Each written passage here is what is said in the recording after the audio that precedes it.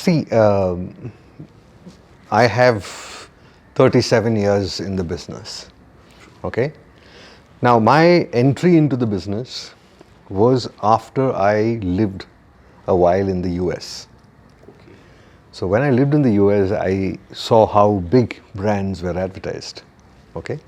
So I got used to their advertising, the commercials, the print and everything, right? Radio advertising especially. So I had a full front seat view of what global advertising was. And then when I came back to India and I joined, I wasn't I wasn't scared. I wasn't scared of advertising, right? So when I had to work on a particular brand, I said, look, this brand is not as big as those brands. So I've seen their work. So let me learn. So initially, I mean, you have to learn, right? This is not something you're born with. You're not born with advertising or advertising quotient. You know, nothing like IQ or AQ. I mean, you don't have anything with you. You have to learn with every campaign you learn, right? And you make mistakes. That's the only way you will learn. So for me, it was gradual growth, and I grew with every campaign that I did. And the other thing which I did was that I started working I'm essentially from Kerala, which is south of India, and I started my career in Ahmedabad, and different language, different culture, so to say, and I had nothing else to do. And Ahmedabad again is a dry city, so there are no bars or nothing. So I imagine I had actually come from the US, where I was partying every night, and all that, and drinking every night. Suddenly there's nothing else to do. So where else will you be? I'll be at the office, because the office is air conditioned. Because my house wasn't. I didn't make that kind of money to have an air conditioned house. And Ahmedabad summers can be bad, really hot. So I spent a lot of time in the office. I would watch. We had international work with us over there. They would subscribe to it. We had all the best magazines in the world, the best books in the world. So I fed on international work over there. And whatever I picked up from there, I started applying to the local advertising as well, right? So I slowly grew. And then bigger opportunities came by. So for me, it was, I was never overwhelmed by the opportunity or the market. Because remember, I spent my couple of years in the US where I saw these big brands advertise. So none of these things really scared me. So that was sorted in my head. And then I grew. And then when I grew, I did a few things. In fact, my first commercial, the first ever TV commercial that I did, got me the commercial of the year. Okay. Right, so that also gave me a boost. And I said, hey, not bad, So that way I was, the Indian marketing scenario, landscape, or the Indian advertising industry was never a nightmare that I couldn't handle. Of course, there were a lot of challenges, etc., but I grew with it. So for me, it was, how do you say it? I thrive on stress. Advertising is supposed to be very stressful, okay, right? But for me, I like stress. And I enjoy that stress, because it gives me a push to work better, work differently, see differently, have a different perspective. Because at the end of the day, when somebody briefs you for an idea, you don't know where the idea is going to come from, right? There is no formula. It is not 2 + 2 into the square root of 5 divided by something, right? At least there is a formula of getting there. In advertising, there is no formula. How do you get an idea? Where do you get an idea? So it's insecurity, you don't know. So that creates stress in you. And for me, that stress is beautiful. I see it as a positive thing. It's the juice in me that gives me, and I know, because I've done so many campaigns and I've worked so many years, I know before sunrise I need to get that idea. And I will get it. So I've done so many, so it's been a good ride. One, never advertise, never work on a product that you don't believe in. So when I work on something, I will always question that brand. if the marketing team says this will deliver this or this will give you this, I want to be proven right. If I believe that the product cannot deliver what you're saying, then I'm not going to work on it. Or if I think that product is bad for consumers, I will not work on it. So I need to be first convinced that as a consumer, that there is a role that this product can play in my life, or in the life of my child, or in the life of my wife, or something like that. Right? Otherwise, I don't touch it. That is the only principle I have. The rest, I do everything. So there are a lot of things that I do. Okay, I read a lot. I mean, today I don't read any books.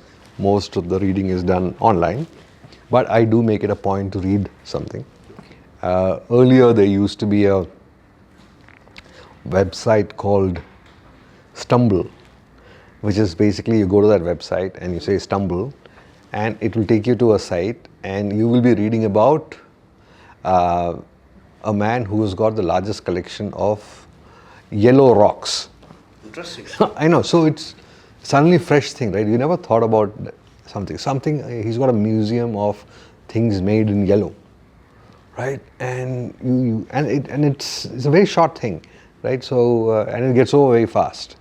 So suddenly you have some new dose of energy inside you, and you can keep stumbling, and you get these very, very odd things. So that sort of refreshes your mind, gives you completely different perspectives. Okay, because you are reading about things that you never imagined existed. Okay, the other is I listen to different kind of music. I listen to music from all over the world.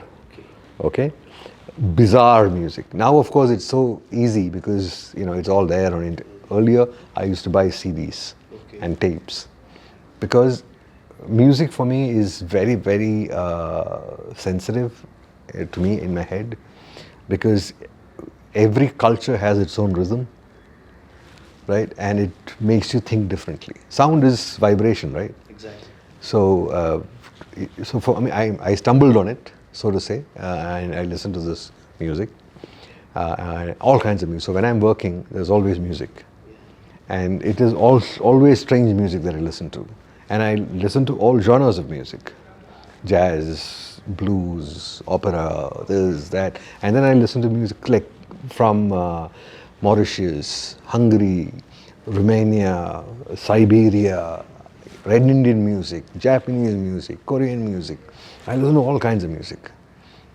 It just opens my head. It gives me a great space to be. So that is one. Then, whenever I do something, I do it in a way that, because of the number of things that I have seen and the number of campaigns and products that I worked on, you know roughly what is the kind of a campaign that you will do.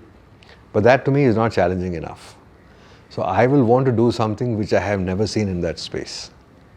Now, the presentation that I made today, right? Awesome. Yeah. To me, that I have never made a presentation like that. So I said, look, if a copywriter is going to throw up all the words there, then there is no, newness. So what is it that I can do which is very new, which will challenge me? Then I said, why don't I do one thing? Why don't I do a presentation with only pictures? It is all pictures. I mean, it's not something which I have done before, right? So, and it's a challenging thing. How do you say a story? I mean, there is a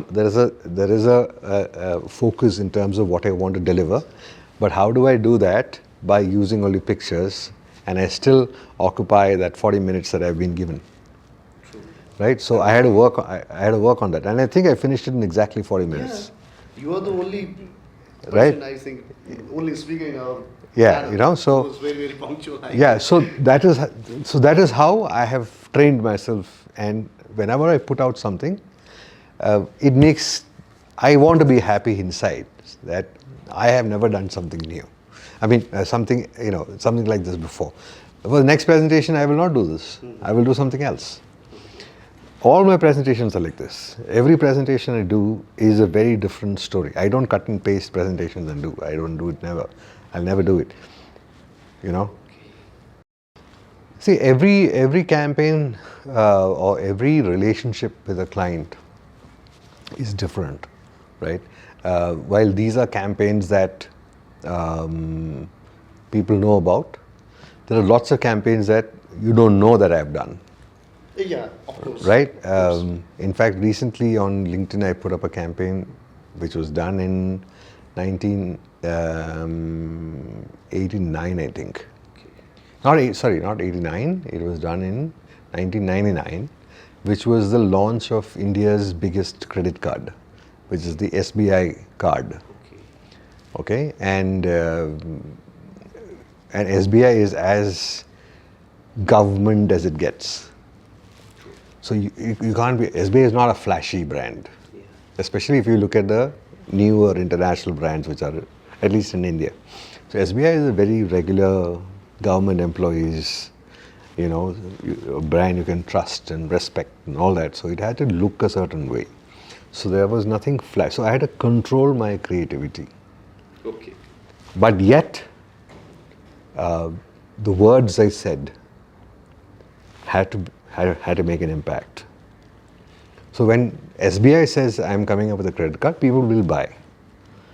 But if I do it in a way that it looks like a foreign brand, then people won't buy, because that is not the character of that brand. Exactly. So the character of the brand that you are advertising for and the advertising that you put out have to match.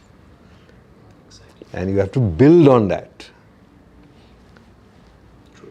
Now imagine if I am working on Nepal and if I make Nepal look like a water, Awesome. a surfing Yeah. place, it is not, no. Yeah, it's a landed only. Yeah. It's a landlocked country, plus you have the biggest mountains in the world, Yeah. right? So you have to build on that. So I can't do something with the water world at all, or desert, or anything of that. It has to match the same way because brands are personalities, are people, are living things, right? So that is one campaign that really worked, and I'm very happy that I did that. Then there is a campaign which I did for a fashion brand called Jabong. Jabong, yeah. Yeah, Jabong it's an app, Jabong is a very right? popular, yeah. So there was a time when there was a brand called Myntra. There is a brand still, and Myntra's biggest competition came from Jabong. Jabong, yeah. But Jabong's advertising was not very good. So there was a pitch, and then, if I remember correctly, 52 agencies pitched for that business. Okay, and finally I did that. We won that campaign. This is when Bang in the Middle was, this was 2013 or 14. We were about 2 or 3 years old. And I created a campaign called BU. Yeah. Okay, so BU campaign became sort of a benchmark for fashion advertising. Basically saying that the thing is, fashion advertising is like, makes you look like someone else that you are not. Okay, it basically says, look, you're actually pretty useless, wear our clothes and try to look confident. True. But then what about you? What is you? Where is your authenticity? Where is your soul? Where is your life, right? So I went the opposite way, and I said, look, you're fine as you are, and be as you are. So if you're somebody who's dark-skinned, it's fine.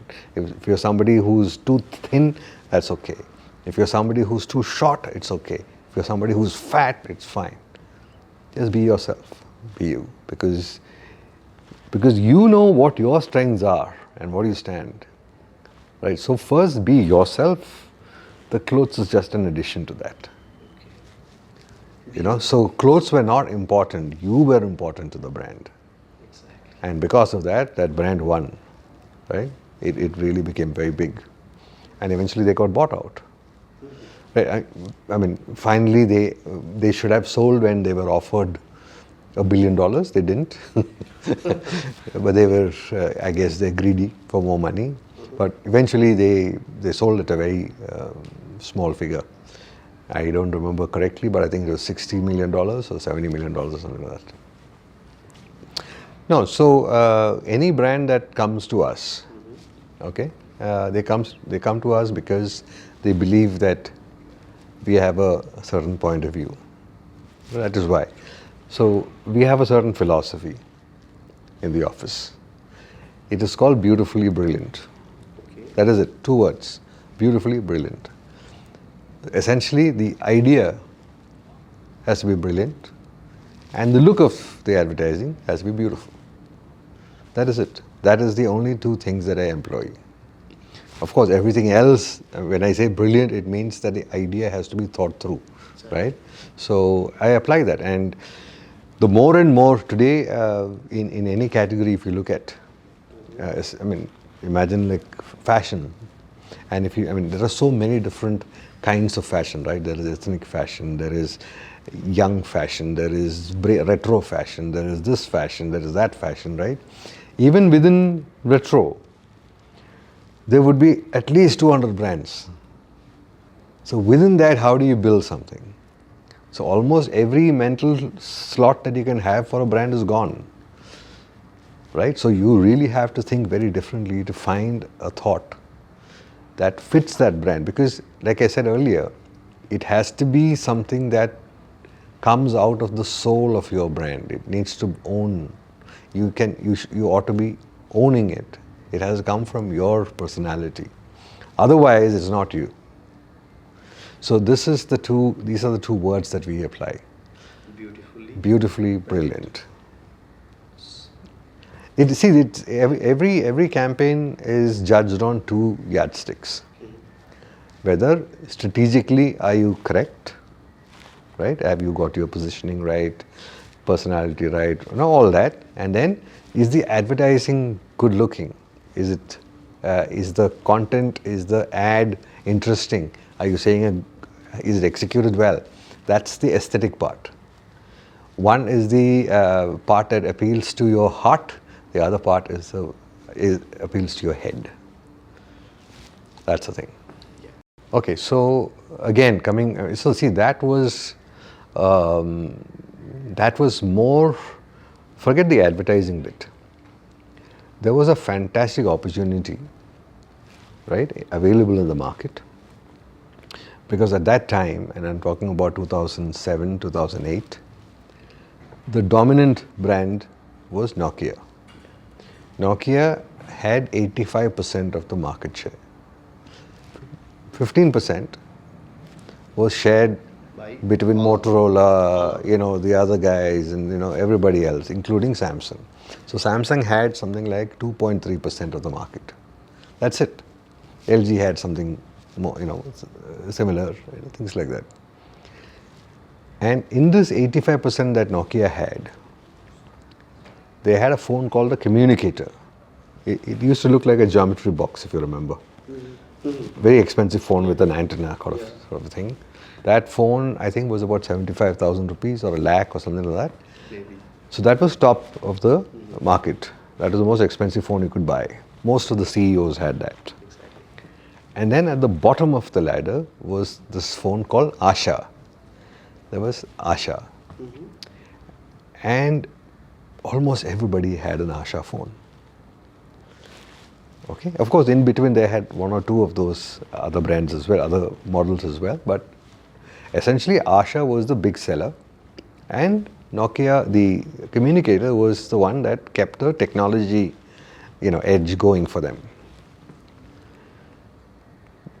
So then Samsung, when they looked at it and they studied the market, they realized that Nokia was very weak in the middle.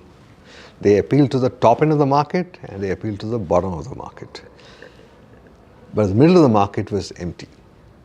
Yes. There were not many brands in that. So they said, let us concentrate on this. Let's hit the belly of this beast. Because that's where the numbers are. The middle class India, all the youngsters, all the professionals, everybody was there. And that is where they came in with different products. Somebody who would like music, somebody who would like camera, somebody who would like something else. All that. They slotted the market like that and they came out of. So that was an intelligent move by the company itself. Right? It was thought through. So when it came to me, I translated all that into the campaign with Amir Khan. Yeah. And that worked for the brand. So finally, when I left, I think they were, close to 60% of the market. So I truly enjoyed working on that brand. And they loved having me. I mean, I can say this. I mean, a lot of people say that, when you work with a Chinese brand, or when you work with a Japanese brand, or when you work with a Korean brand, they don't treat you correctly. So I handled it the other way around. I said, look, till the time I've come in, or before the time I've come in, you've done whatever you've wanted. And it has not got you anywhere, right? So for Samsung, it was 2.3%. This is all your thinking, everything done the Korean way. You've done 2.3%. Now, if you've hired me, then allow me to do what I can do for you. You want to look good? Allow me to do. You want to look bad? Continue to look bad? You tell me what to do. Yeah. Otherwise, I'll tell you what to do. Absolutely. Okay? So the first time around, it went back and forth for a while. Then they realized that I understood the market because it's my country now. I understand my culture better than somebody else from, you understand Nepali culture better than I would any day, I hope right? so, but Yeah. I don't think so. You get what I mean? So, so I told them, look, you can't, you have to understand India. And again, India is not one market. India is multiple markets. There are multiple languages. There are many common things that make us Indians. So when I started working with them, I essentially told them, look, this is my country. I understand my country better. If you want to continue driving the work the way you think India is, then go ahead and do it, because you're not going to look good. And until now, you only have had 2.3%. You hired me for a job, let me do mine, okay? And I'll make you look good. So slowly they built trust. They started believing in me. And then finally, when the whole thing went up, they were very, very happy with me. I have never enjoyed working for an agency as much as I've worked for Chail. Yes, Mudra is the ultimate, because Mudra was like home. But Chail, I'm somebody who's got very few agencies in my CV, because I've spent a lot of time with these agencies, right? Only 3, Mudra, Grey, Chail, that's it. And then back in the middle. That's 37 years. Today if I look at some people who've got 5 years of experience, they'd have about 12 agencies inside. True. True. So to me, working with Chail was very good, and they were very good to me as well. So because I delivered, they also opened their purse. So it was very mutually rewarding, mutually respecting relationship. See, the thing is, we've got 80 billion cells in our head, in your brain, and we only use about 10 to 20%. I think the most intelligent people only use 20%, right? All of us are in about 15%, I guess. And we are so inventive and innovative in our heads. When there is a problem, see, what is advertising? Or rather, what is creativity? Creativity is the art of being brilliant within parameters. Yes. So if somebody gives you a white paper and a black crayon, says this is all you will get, do something, you will do a magnificent piece, of art. On the other hand, I give you white paper and 12 different colors, you'll do something else. Right? And if I give you one paper and I give you 200 different colors, then you'll do something else. Right? So, depends on what the parameters are. And then I will say, look, now you need to do this in this smaller piece. In that, you can't do 200 colors. You can't. right? So you have to work within that. So this is my space. So I have 30 seconds. In 30 seconds, what can I say? So you have to design. So if there is if, like I said, retro brand, there are 200 retro brands, and there is a new brand, but you can make a space over there. That depends on how creative you are to find that space. You need to find that space and do that work.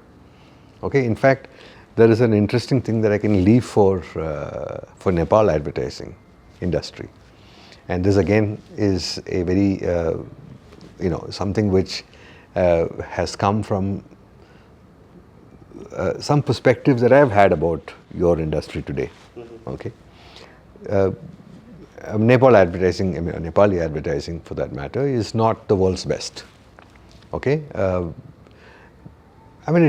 It's there, but it's not there, right? It's pretty average, because I think most of the large brands are driven by semi-government kind of organizations, and most government officials don't know anything about advertising, right?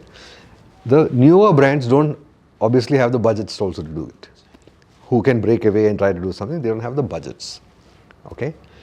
And I understand there are some 100 agencies in Kathmandu itself. One of the opportunities that you have, it is not a disadvantage, it's an opportunity. Now, if you have to be seen, I have no qualms that human beings are creative everywhere.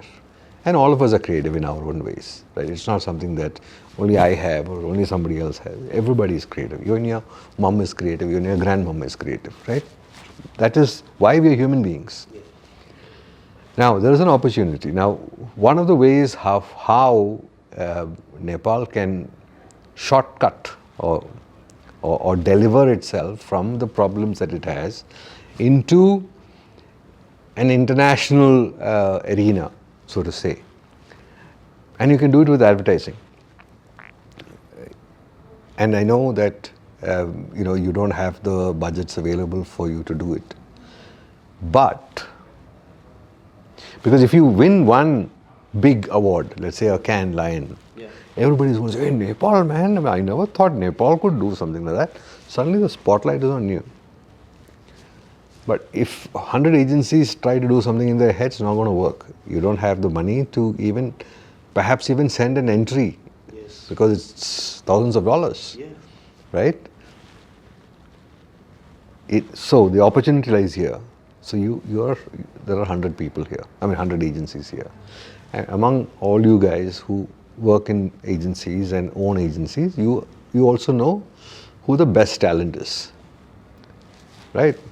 Get 10 people, form a group, right? And say, how much money can you spare, right? Okay, I can spare $100. I can spare $500. I can spare. So you build a little corpus, which is good enough for your entry fees and all that. And send only one entry. Now with these 10 people, and you have a common thing, everyone combines together, you do one course, or you take up one subject, and you guys have enough subjects over here to talk about. Whether it's air quality, whether it's the skies, the color, the mountains, whatever. You can take anything, winter, this. You take one subject. And you have a lot of international tourists who come here as well. You can take one of those problems and one of those things and design a campaign using the entire advertising crowd, build that one campaign as a joint effort, and you have the corpus for that. Enter it. Yes. You get what I mean? Yes. That is using available resources in an inventive way. So everybody participates, so it becomes a common focus. It's like that guy who won the gold for javelin in Pakistan. Mm-hmm. He beat Neeraj Chopra, right? Mm-hmm. That entire village where he's from, they donated, they gave money. Whoever can give whatever money. Mm-hmm. That is how they got him the training gear and everything, and finally he delivered gold. True. The same way, you can actually do this. Find a subject, and there are enough things that you can talk about. Discover something that is unique to you, talk about it, create something which, study all the Cannes award-winning campaigns. Figure out what is that one thing that you have which nobody else has in this world, and a problem area, a belief or something, a purpose. Build something around it. And do this. Maybe first year you won't get it. Try the second year. Try the third year. One day it'll click. And then see the difference. So, this is how you should be thinking as an industry. Thank you.